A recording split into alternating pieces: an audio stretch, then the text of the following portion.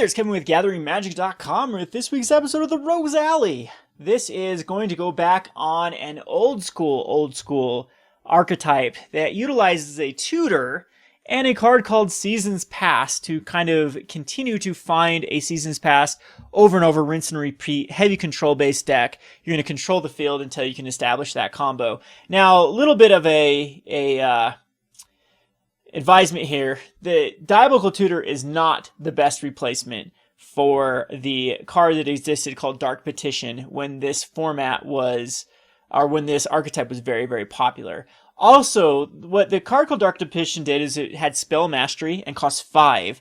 And then if you had Spell Mastery, you got 3 mana into your mana pool. And so it made the ability to tutor and then cast a card off of the tutor a lot better. But it did cost 1 more initially than the Diabolic Tutor. So this is just a test to see if Diabolic Tutor can replace Dark Petition. So far, I've had pretty reasonable 50-50 split with this deck. You win as many as you lose. The mana base is kind of awkward in this deck because the lands do come into play tapped a lot with Evolving Wilds and Hissing Quagmire, but I think it's a necessary evil. And then a lot of times you don't get some of the cards on time. Also, this deck does suffer from Languish being out of the format. So basically, this is a fan-submitted deck. Actually, someone contacted me when I was playing MTG to look at their Jund list. And then I thought, hey, you have a very diverse curve. Wonder what just a Seasons Past would do to the deck. He was actually already using Diabolic Tutor, I believe. And so I'm like, you're already using it, might as well chuck in a Seasons Past, see how well it works. And it just got the gears spinning. And I started with an Abzan list.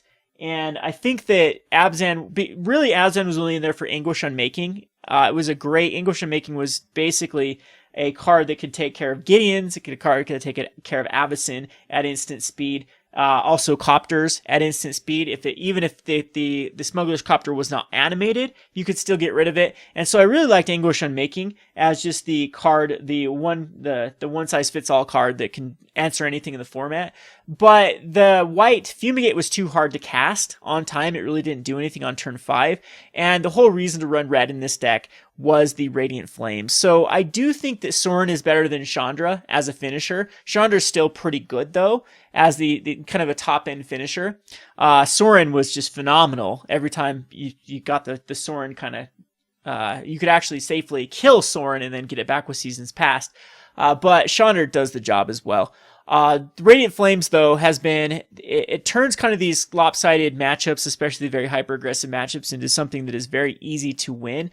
I thought about putting a Weaver of Lightning in the deck, too. I think that Weaver is probably really good in a deck like this. We might actually just throw one in, and instead of another Radiant Flames, let's just, I'm not sure. We'll keep it out for the moment.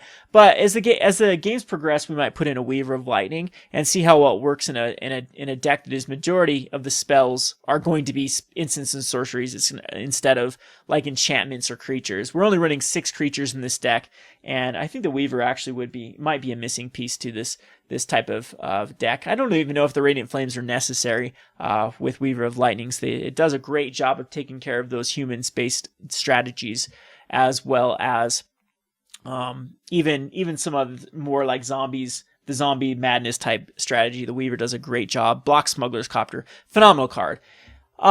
Also in the sideboard, red gets some pretty sweet cards in the form of Chandra, Torch of Defiance. We're running a very low count, but we do have 4 ways to tutor them up with Evolving Wilds and then 5 regular sources. And even if Chandra comes out late, you still get what you want out of Chandra. The draw card effect, the 4 damage off the bat is good, and the emblem is a win condition off of Chandra, Torch of Defiance. So, the only problem I've already had is I wanted to do a Chandra into a Chandra.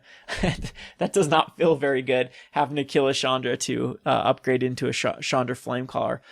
We have also in red, my super secret tech is a lot of times your opponents will get rid of all of their removal, or their removal just a lot worse versus Dragonmaster Outcast. One of the problems with Seasons Past is late game, a lot of your 1-drops are something that you don't care really to bring back, with the exception of Dark Salvation. Shamble Back and Deadweight are kind of dead late game, and Traverse is kind of meh as well, because you'd be surprised at how often you don't have Delirium in this deck. That's why I cut the Ishkanah that was originally in this deck, as it was just too hard to actually get Delirium, and Ishkanah a lot of times was just a 3/5 for 4 mana. Very yeah, not a very good use of your mana at that point. So I think that having like a 1-drop you can recur with Seasons Pass, and it can also at that point is going to start spitting out 5/5s each turn, is quite a decent card to put in this type of strategy. So I'm not going to run Emrakul. The deck probably wants Emrakul, but I think at that point you need to start going to more of a Delirium to get Emrakul out on time. Off of like a Nissa's Renewal, everything is very easy to cast. So I'm just holding off because I don't like the card. I don't like playing the card. I know that sounds very Timmy of me, but that's my whole reasoning for not putting one in the deck. But what I like about this deck though is it is a toolbox deck, meaning that you have answers for everything. There is plenty of card draw, there's plenty of removal, there's plenty of finishers. It's got a great curve, it's got a great game plan. And so far, I'm actually loving how the deck runs. If I were to play like a control-based deck, this is kind of the route I like to go. A lot of synergies and a lot of toolbox-type strategies. So let's just go down the overall list. Oh, so if going back to the fans user submitted, if you ever have a deck that you'd like to submit to me, the best way to contact me is by email. Just email me. roguedeckbuilder@gmail.com. You can always tweet at me at roguedeckbuild. You can join my Facebook page and throw things on there. I'm even on amino apps. There's plenty of ways to contact me, but the best way is still Gmail. That is, even since this is on Gathering Magic's channel, a lot of times I don't get notified if someone like posts a question or a link and then it goes unanswered. So email me if you have a user submitted deck you'd like for me to play on the show. And I can't promise you anything, but this did come from a user. So anywho, where were we with this? Going down just the 1-drops, what I like about the spread of this, and deadweight is pretty good. I cited out a lot. I'm not sure if it's actually necessary in the main.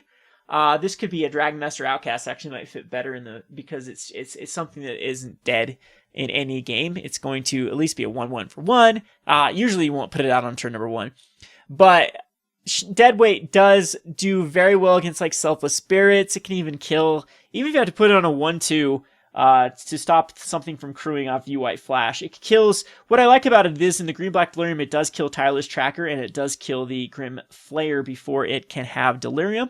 And so it is a good answer on turn 1 against the Humans deck to kill a Toolcraft, or just any one of their 1-drops that they put out. You can actually deadweight it. Shamble Back is surprisingly good in this meta. Shamble Back is great versus Delirium because it can keep him off Delirium for an extra turn, plus give you a 2/2 zombie.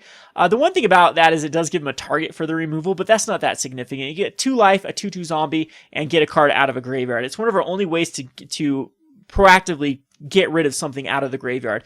And red-black zombies is actually on the increase. A lot of people are starting to play red-black zombies. It's a very, very fast deck. It's a very resilient deck. And so as the meta changes into more mid-range, it's fast and resilient, which is what some of these like red-white humans or red-white vehicles decks do not have going for them. So I do like the zombies, and this is the Shamble Back's a way to get rid of the everything in that deck. The Haunted Dead, the Prized Amalgams, and the 3/2 that comes back from the graveyard. So I do like Shamble Back. It's never a dead card in the main. It gets sided out a ton, but that's fine. That's fine if it does. It actually can get rid of Emrakul out of the graveyard versus Greenback Delirium, which is huge, because they are going to try to get Emrakuls back with Lilianas and Grasps. So do not side that out versus Greenback Delirium or any deck that tries to mess with their graveyard.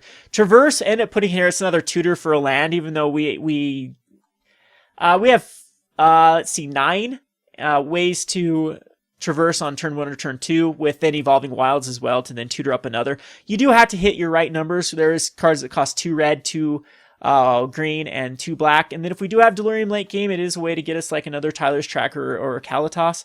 And would be a way, if you do want to play Emrakul, would be a way to get Emrakul. Mainly it can get Noxious Gearehulk, which is a great finisher. Then onto the 2-drop, we have 3 Transgress the Mind. 3 seems to be the right number.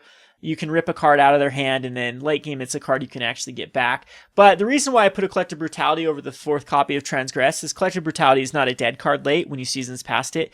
It is something you can still do 2 life and 2 damage. So in a rinse and repeat strategy, that is actually pretty decent. You can also discard early cards you can get back with Seasons Past or enable Delirium. Not a bad option right there. For Grasp of Darkness, this is hands down the best card in Standard. I think that if you play Black, this is the whole reason to play Black at the moment, is Grasp of Darkness is the perfect card versus U-White Flash. It is also very good versus Grim Flayers. It does miss the Mineract Demon, which is why Mineract Demon is becoming very popular. So I do like Grasp of Darkness. I think it's the main reason they hardly ever get sided out. They kill opposing Kalitases opposing Tireless Trackers, Sylvan Advocates, things like that. Then we have a 1 of Ruinous Path and a 1 of Murder, just more toolbox type cards, and this 2 the Slaughter. So tons of removal, early removal. So turn 1, turn 2, turn 3 ways to kind of interact with our opponents. Then we have a Radiant Flames main and 3 in the sideboard, the whole point to running red. The other point to splashing in another color is Painful Truce. This is our card draw engine. And 1 of Liliana, the Last Hope. 2 Tireless Trackers, more card draw, and it forces your opponent to keep in removal. And oftentimes, I actually will side out Kalitas and Tireless Trackers, and then our opponent has like 0 targets for the removal, which is pretty funny when that happens. 1 of Pilgrim's Eye, just to, again, fix the mana base, and it's an artifact creature, which helps with Delirium.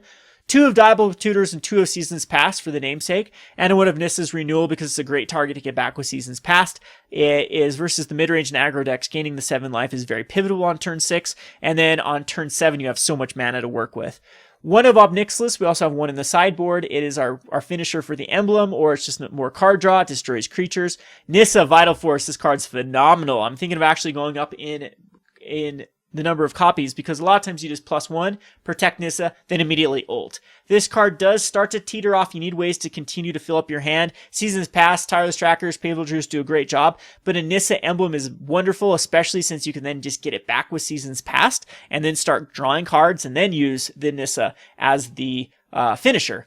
Then we have Noxious Gearehulk as more control, and a Chandra Flamecaller. So yeah, I don't think I talked about Shamble Back, or not, Dark Salvation. Dark Salvation is so good in this deck because it's a 1-drop that is, it's converted mana cost 1. You never cast it for converted mana cost 1. I have before with like an early Shamble Back or a Kalitas that is just need to kill off a 1/1 and only have 1 mana. But usually this is like late game. You can pump in so much mana. Off of Nissa's Renewal, I was able to get like 6, I believe. I think I had enough mana to Dark Salvation for 13 or something. It was ridiculous what I Dark Salvation for, and ended up getting a ton of zombies and just killed a creature, got a ton of, I think I killed, it was something big like a Mind Rack Demon I was able to kill, and then get a ton of zombies, which completely stabilized me. So don't underestimate the value of Dark Salvation being a converted mana cost 1 that you can then get back with Seasons Past. So Seasons Past usually has like great targets in each one of these slots: a 1, a 2, a 3, a 4, a 5, and a 6.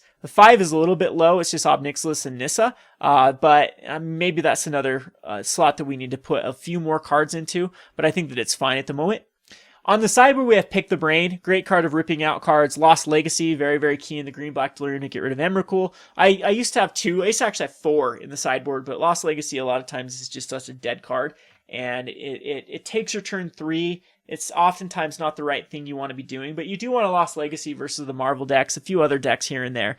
There are key cards to get rid of. Jeskai controls specifically a deck that I love to Lost Legacy and take out their the Thing in the Ices. In this deck, I don't really care too much to get rid of Thing in the Ice because I have so much removal for it, but there's a lot of decks that I consider like the one-trick pony decks that if you can rip it out, they have a hard time recovering. Another Ruinous Path for Planeswalkers, especially Jason Gideon. Those are the 2 cards that can kind of give this deck some problems. 2 Chandras. This is where you take out your creatures and bring in like Chandras against, they keep in all the removal, and then Chandra just basically can go crazy. Use it at its -3 and then start +1ing it and getting a lot of card advantage. We talked about the Dragonmaster, another Tireless Tracker versus the decks that don't have a lot of removal. This deck can just, or this card can just go crazy. Appetite and Natural State are great versus the Choppers and other like Panharmonicons or any other artifact-based deck. These 2 cards are very good. They have, I like running a variety of different, here's another 3-drop you can get back. For example, another 1-drop you can get back. 3 more Radiant Flames, because against those matchups they're really good against, they're really good and necessary, and 1 more Ob Nixilis in the sideboard. So that's kind of the overall deck list. I know I've rambled for a long time with this deck, but hopefully it's an in-depth explanation of each card. We're not going to put this in a league. We're just going to play in the 2-man and make adjustments as necessary, and maybe we'll throw some Weavers in here or some other cards. So anyway, hope you enjoyed this series. This has been Kevin with GatheringMagic.com. Thanks for watching.